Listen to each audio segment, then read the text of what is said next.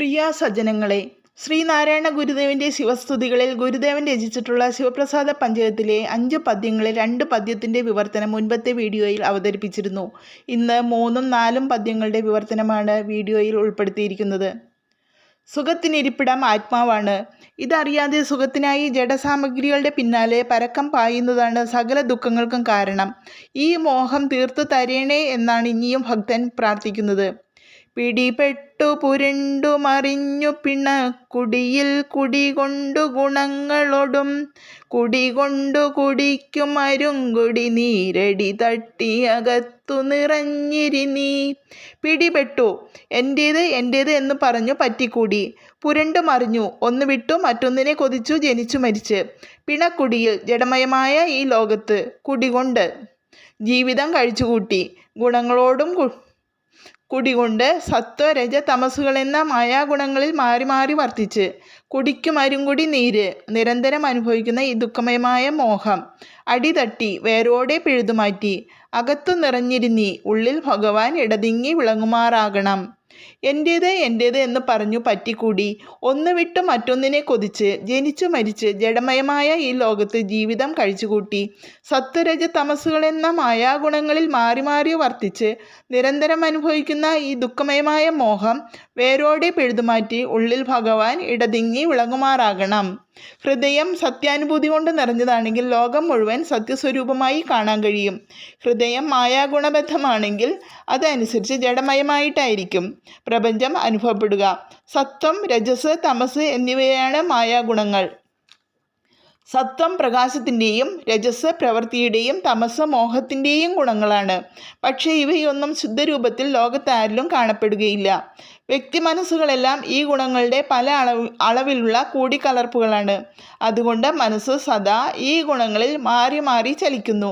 മനസ്സിൻ്റെ ഈ രഹസ്യമാണ് ഗുരുദേവൻ ഗുണങ്ങളോടും കുടികൊണ്ട് എന്ന് പറഞ്ഞിരിക്കുന്നത്. ഉള്ളിൽ മായാഗുണങ്ങൾ തങ്ങി നിൽക്കുന്നിടത്തോളം അവയുടെ സ്ഥൂല പരിണാമങ്ങളായ ജഡദൃശ്യങ്ങൾ പുറത്ത് അനുഭവപ്പെട്ടുകൊണ്ടേയിരിക്കും. ജഡദൃശ്യങ്ങളിലാണ് സുഖം ഇരിക്കുന്നതെന്ന് ഭ്രമം വരും. സുഖം കൊതിച്ചു കൊതിച്ച് അവയുടെ പിന്നാലെ പായും. ഒടുവിൽ കഠിനമായ നിരാശയും ദുഃഖവും അനുഭവിക്കേണ്ടതായും വരും. ഈ മോഹമാണ് കുടിക്കമരും കുടിനീര്. ജഡമായ പ്രപഞ്ചമാണ് പിണക്കുടി.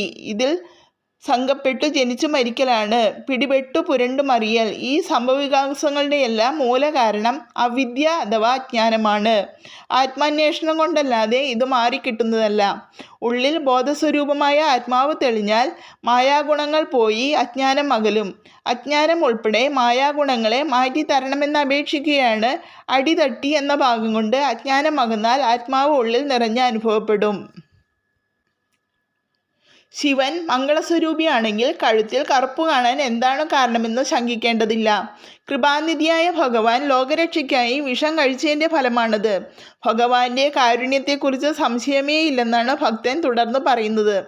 ഗളമുണ്ടു കറുത്തതു നീകരളം കളമുണ്ടതു കൊണ്ടു കൃപാനിധിയെ കളമുണ്ടൊരു കൊണ്ടലൊടുത്ത കടൽ കളവുണ്ടൊരു സീമ നിനക്കുനിഹി. ഗളമുണ്ട് കറുത്തത്, കഴുത്ത് കറുത്തിരിക്കുന്നതായി കാണുന്നുണ്ട്. കൃപാനിധിയെ, കാരുണ്യനിധിയായ ഭഗവാൻ, നീ ഗരളം കളമുണ്ടത് കൊണ്ട് അങ്ങ് വിഷമാകുന്ന കറുപ്പ് ഭക്ഷിച്ചതുകൊണ്ടാണ് അങ്ങനെ സംഭവിച്ചത്. കളമുണ്ടൊരു കറുത്തിരുണ്ട, കൊണ്ടലെടുത്ത മേഘത്തിന് തുല്യമായ, കടൽക്ക് കടലിന്, അളവുണ്ട് അത് അതിരുണ്ട്, നിനക്ക് അങ്ങേക്ക്, ഒരു സീമ നെഹി ഒരതിരുമില്ല. കഴുത്ത് കറുത്തിരിക്കുന്നതായി കാണുന്നുണ്ട്. കാരുണ്യനിധിയായ ഭഗവാൻ അങ്ങ് വിഷമാകുന്ന കറുപ്പ് ഭക്ഷിച്ചതുകൊണ്ടാണ് അങ്ങനെ സംഭവിച്ചത്. കറുത്തിരുണ്ട മേഘത്തിന് തുല്യമായ കടലിനു അതിരുണ്ട്, അങ്ങയ്ക്ക് ഒരതിരുമില്ല. പണ്ടു പാലാഴി കടഞ്ഞപ്പോൾ വാസുകി വിഷം വമിക്കാനൊരുമ്പെട്ടു. ആ വിഷം ലോകത്ത് പരക്കാനിടയായാൽ അതോടെ എല്ലാം നശിച്ചു പോകുമായിരുന്നു. അത് വരാതിരിക്കാനാണ് കാരുണ്യനിധിയായ ശിവൻ ആ വിഷം കുടിച്ചത്. അത് അദ്ദേഹത്തിൻ്റെ കഴുത്തിൽ തങ്ങി അവിടെ കറുപ്പുളവാക്കി. ശിവസ്വരൂപത്തിൽ ആ കറുപ്പ് ഇപ്പോഴും കാണുവാനുണ്ടെങ്കിലും അത് ഭഗവാന്റെ അളവില്ലാത്ത കാരുണ്യത്തെ സൂചിപ്പിക്കുന്നതാണെന്നും ഭാവം. ശിവന്റെ കഴുത്തിലെ കറുപ്പ് ആനന്ദസ്വരൂപമായ ബ്രഹ്മത്തിൽ മായ ഉളവാക്കുന്ന അജ്ഞാനത്തിൻ്റെ പ്രതീകമാണ്. പുറമേ അജ്ഞതയുണ്ടെങ്കിലും വസ്തുസ്വരൂപം അനഘഘനമാണെന്നു ഭാവം. കറുത്ത കടലിന് ഒരതിരുണ്ടാവാം. കാരുണ്യനിധിയായ സത്യസ്വരൂപത്തിന് ഒരതിരുമില്ല. സത്യസ്വരൂപം ആദിയോ അന്തമോ ഉള്ളതല്ല.